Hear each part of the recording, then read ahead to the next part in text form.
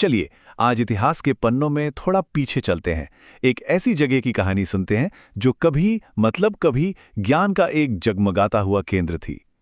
ये एक ऐसी कहानी है जो खंडहरों की खामोशी से शुरू होती है और उम्मीद की एक नई सुबह पर खत्म होती है। ये जो दिख रहा है ना, ये सिर्फ पत्थर और ईंटें नहीं है। नहीं, ये तो एक पूरी की पूरी सभ्यता की वो फुसफुसाहटें हैं जिसने दुनिया को आकार दिया।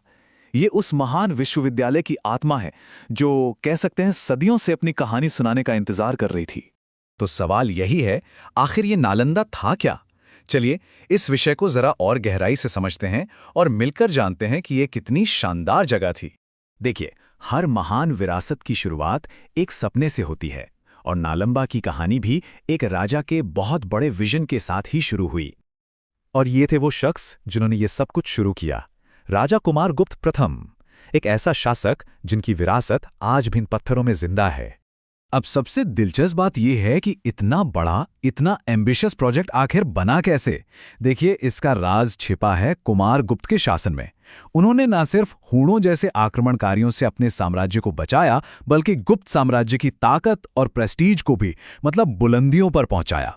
और शांति और समृद्धि का यही वो दौर था जिसने नालंदा जैसे ज्ञान के प्रतीक को फलने फूलने का पूरा मौका दिया। तो जिंदगी कैसी थी इस महान विश्वविद्यालय में? ये सिर्फ कुछ क्लासरूम नहीं थे, नहीं, ये था दुनिया का पहला, सही मायनों में एक पूरा कैंपस। जरा सोचिए, ये कितना रेवोल्यूशनरी आइडिया था। एक ऐसी जगह जहां दुनिया के सबसे ब्रिलियंट माइंड्स अलग अलग देशों से आकर एक साथ रह सकते थे, सीख सकते थे और नए नए आइडियाज को जन्म दे सकते थे। ये अपने समय से सदियों आगे की सोच थी। और इसका स्केल देखिए, 10,000 छात्र। 10,000, ये संख्या तो आज की कई बड़ी बड़ी यूनिवर्सिटी से भी ज्यादा है। उस जमाने के हिसाब से तो ये अनबिलीवेबल था। और इन 10,000 छात्रों के लिए थे 1,500 शिक्षक। इसका मतलब क्या हुआ? इसका मतलब ये हुआ कि हर 7 छात्रों पर करीब करीब एक टीचर। इस तरह का व्यक्तिगत ध्यान, इस तरह की पर्सनल अटेंशन तो आज भी एक सपना ही है। जरा सोचिए, इसके आंगनों में टहलते हुए अलग अलग भाषाओं और संस्कृतियों के छात्रों से मिलना।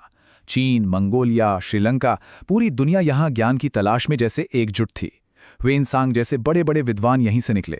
और हाँ, यहां सिर्फ फिलॉसफी नहीं, बल्कि पॉलिटिक्स, लॉ, मेडिसिन और लिटरेचर जैसे विषयों पर दुनिया की सबसे बेहतरीन पढ़ाई होती थी। लेकिन हर महान कहानी की तरह नालंदा की कहानी में भी एक दुखद मोड़ है।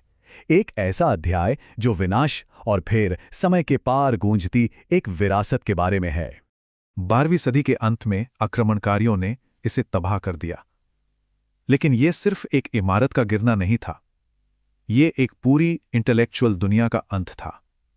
ज्ञान का एक सूरज बुझ गया। पर नालंदा कितना एक्स्ट्राऑर्डिनरी था, इसका असली अंदाजा इन तारीखों को देखकर लगता है। जरा देखिए, ऑक्सफोर्ड, बोलोना, अल-अज़हर, ये सब तब बने जब नालंदा को बने हुए 500 से 700 साल गुजर चुके थे।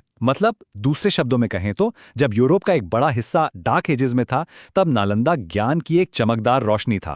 लेकिन कहानी यहां खत्म नहीं होती, क्योंकि कहते हैं ना, आइडियाज कभी नहीं मरते और राख से भी एक फीनिक्स फिर से जन्म लेता है।